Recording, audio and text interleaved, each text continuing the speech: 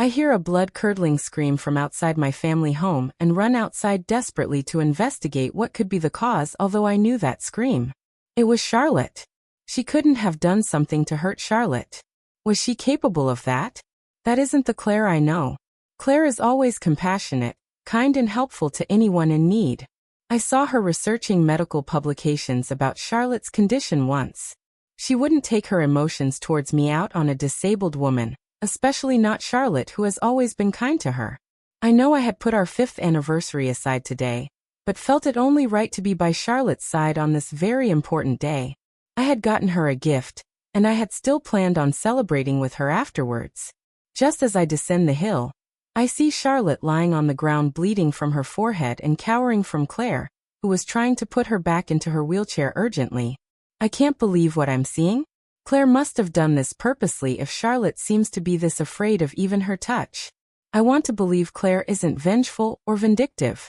I want to believe I know exactly who I married, but it's hard to tell looking at the scene in front of me. This looked like no accident. At this very moment, only one thing seemed clear. She hurt her. I run down the hill furiously and make my way towards Claire with no hiding of how much she disgusted and infuriated me in this moment. She had no right to harm Charlotte. There was no reason for it and no excuses for such behavior. At least not any excuses I'd be willing to accept. Claire had done the unforgivable, and she was not going to be able to talk her way out of this one. I reach both women and listen to Claire ramble about what had happened, but pay no mind to the words spewing from her mouth. I could see this picture clear as day. She had no right to hurt Charlotte. She knew the guilt I felt for what happened to Charlotte all those years ago, although I never shared directly what happened to her. It wasn't my story to tell. I decided I couldn't listen to her any longer. I shoved Claire out of the way without so much as a second glance, picked up Charlotte carefully, cradled her in my arms and raced back up the hill to my family home, where a doctor would be arriving to see Charlotte any moment to assess her injuries. I left Claire to think about what she had just done. I would deal with Claire later. And for her sake, she'd better hope that Charlotte was all right. The repercussions would be far greater if she intentionally hurt Charlotte and caused great damage to her. I could never forgive her for this. I have never seen this face on my husband nonetheless directed at me. I begin rambling in an attempt to explain what happened and absolve myself of being accountable for any wrongdoings. It was an accident, and I was still trying to figure out exactly what happened myself.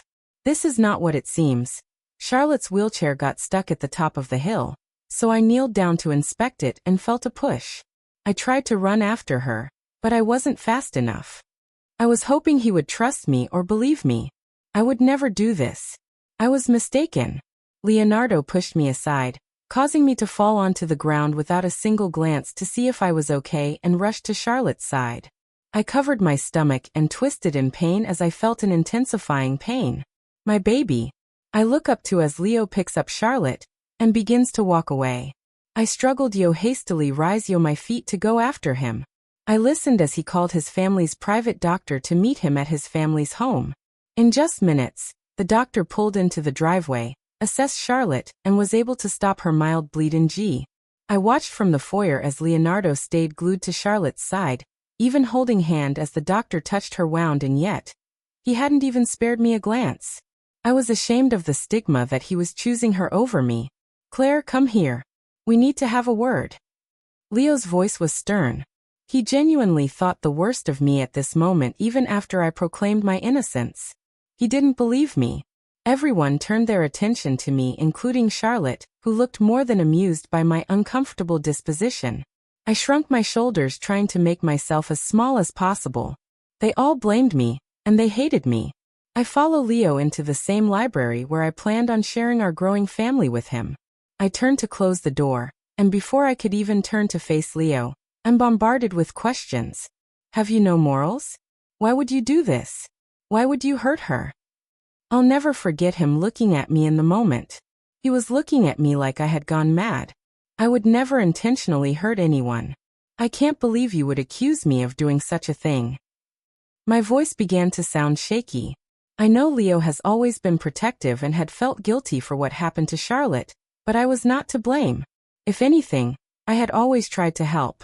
I even took on the challenge of reading countless medical studies that would help Charlotte, but turned up fruitless. Not that I could have shared them if I wanted to. The first time I accompanied Leo to Charlotte's home, Leo asked that I return home because Charlotte made it very clear that she did not want strangers in her home. What she meant was she didn't want me in her home. I left and haven't made an attempt to be near her since. Not that Charlotte would have accepted my help anyway. She wanted Leo. I saw her cowering from you on the floor as you tried to grab her. He hissed at me. I was trying to get her back into her wheelchair, so I could get her help. I was desperate for Leo to believe me. You let her roll down that hill and crash. He pointed at me like a guilty verdict. I fell and lost my grip on the handles of her chair. I even tried to stop her from getting hurt. I put my hands up in defeat. I told you not to make me choose. Is this what you do when you don't get enough attention? He looks disgusted as if the thought of me was rancid. The thought of his wife for 5 years who unbeknownst to him is pregnant with his child. I didn't do this on purpose. It was an accident, and it has nothing to do with being overlooked. I begin tearing up.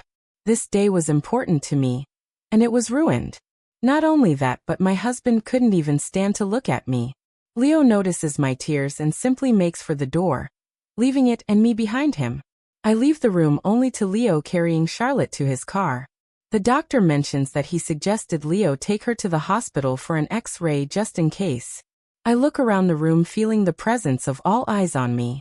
Looks of pity, disgust and anger were all pointed at me. I walked out without a word. I didn't expect them to say goodbye to me as they never did. I wait at the end of the block as I called for an Uber or Lyft, but there were none available. Just my luck. I make my way back to the house, hoping that I can borrow a car. It is my only option. Just as I'm 2 homes away, I see Leo's car. I begin yelling out to him, just he doesn't stop. He drives right past me without hesitation. I had used the little energy I had left and at this point, had lost hope.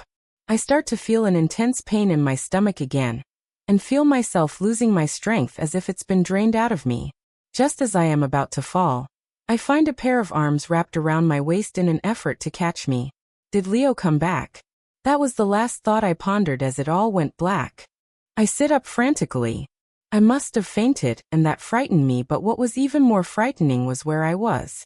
I was in a hospital bed, and I heard a man speaking with the doctor just outside the door. It sounded as though they were talking about me. Just as I tuned into their conversation, they come into the room. The doctor introduces himself and asks how I'm feeling. I give a quick reply. I was more curious as to who he was talking to. Just then I see the man who saved me walking in slowly, peeking around the corner before entering. It wasn't Leo, although I remember exactly who he is.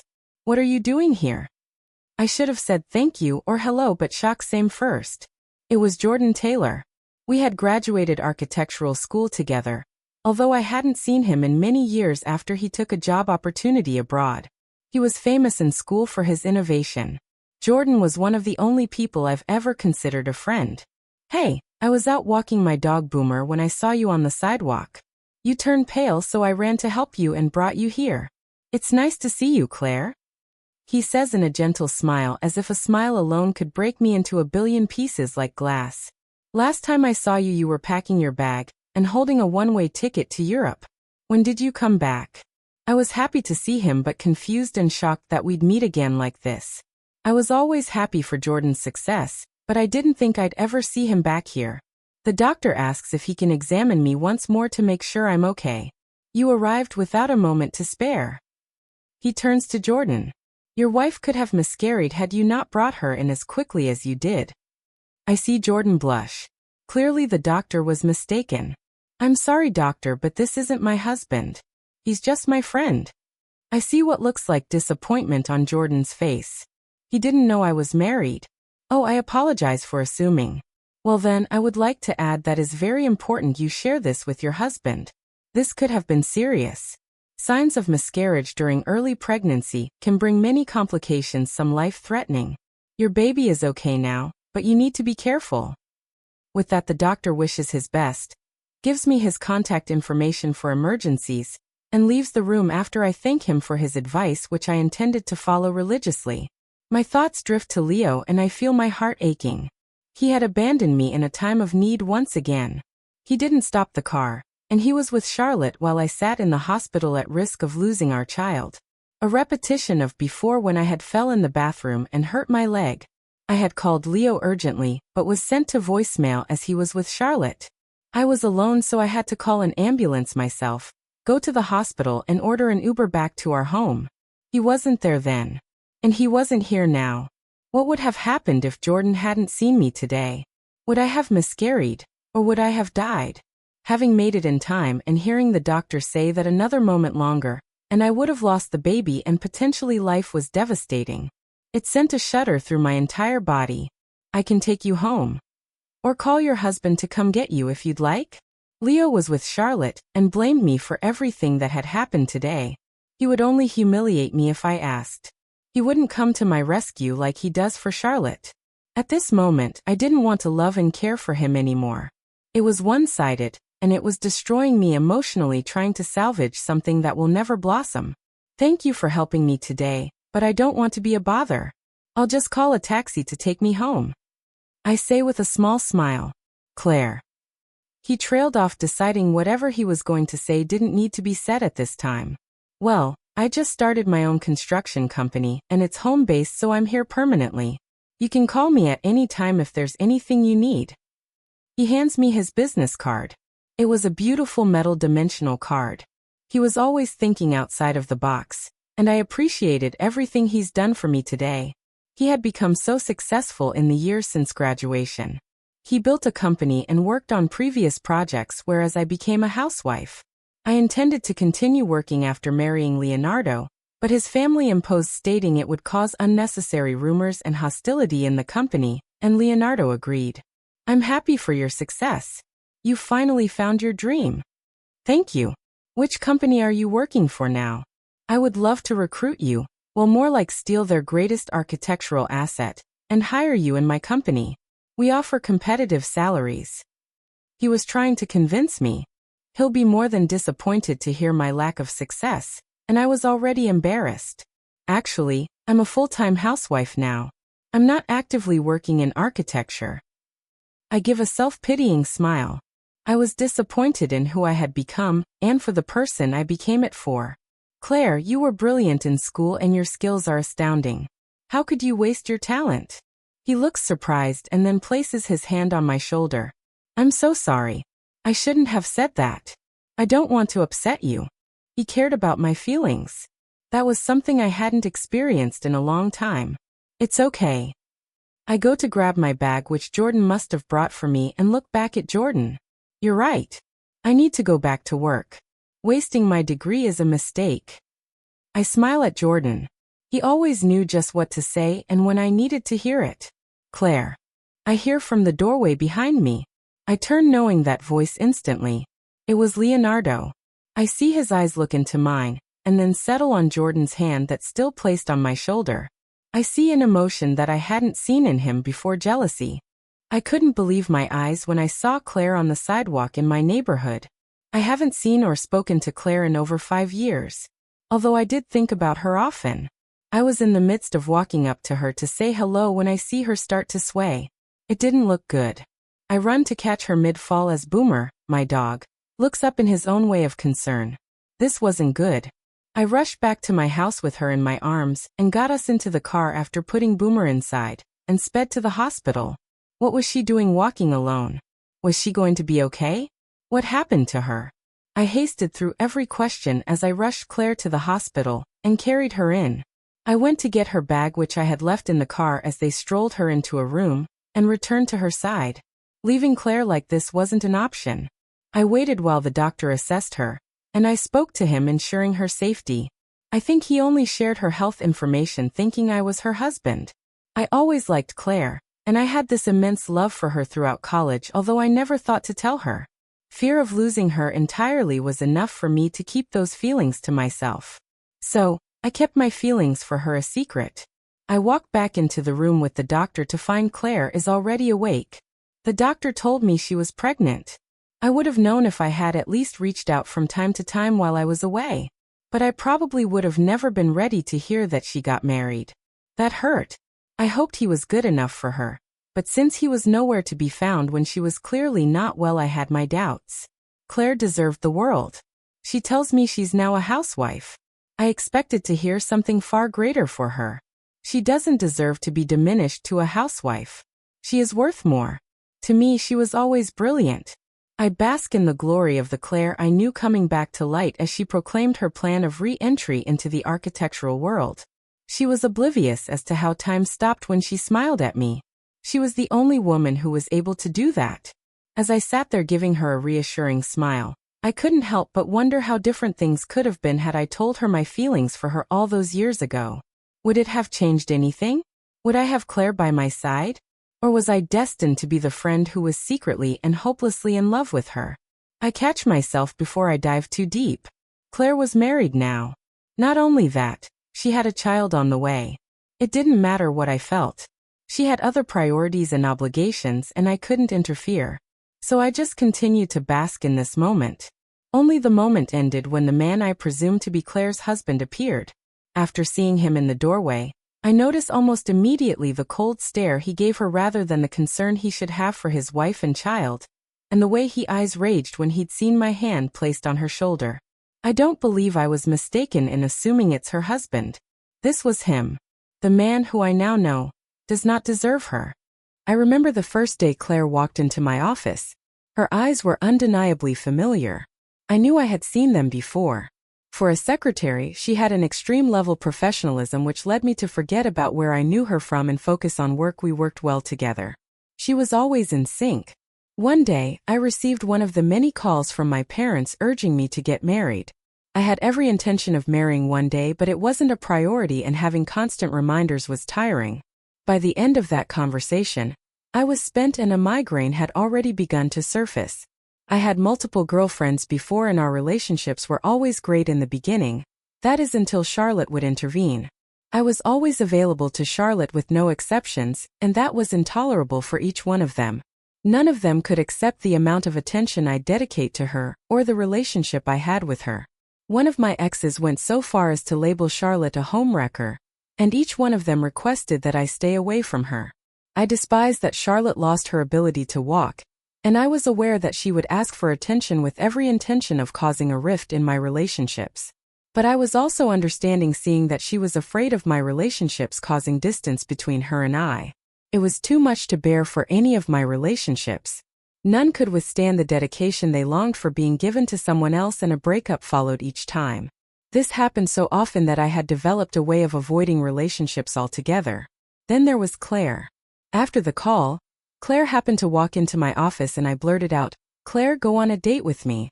While reviewing documents that needed to be sent out, I don't know what it was that made me want a relationship. I didn't feel the need to avoid her. I enjoyed her company, although it was paid. It brought me joy. A joy I had constantly and deliberately tried to ignore. When Claire agreed to go out with me, I felt something change. I would be eager to finish my work and be with her. Everything just fit when it came to my time with Claire. She eased my stress, made me happy, and I was relaxed around her, and I had never felt that before.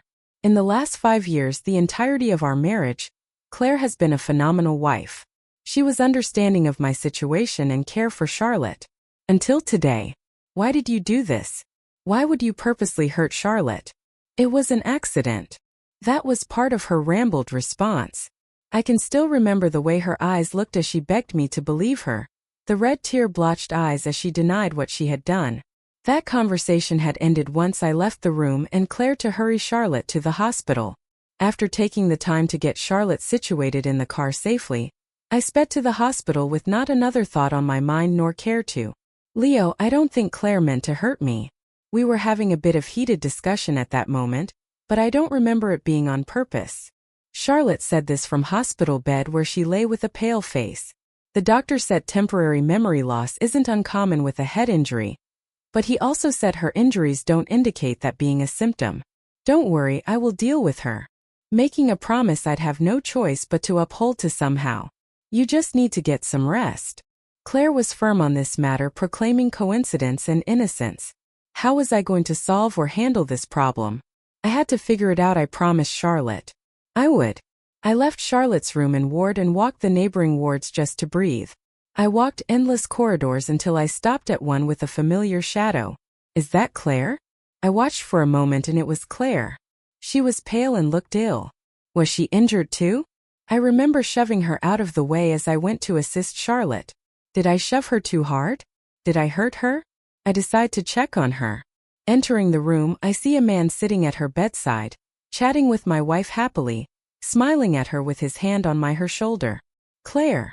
I heard myself calling her eagerly and jealously.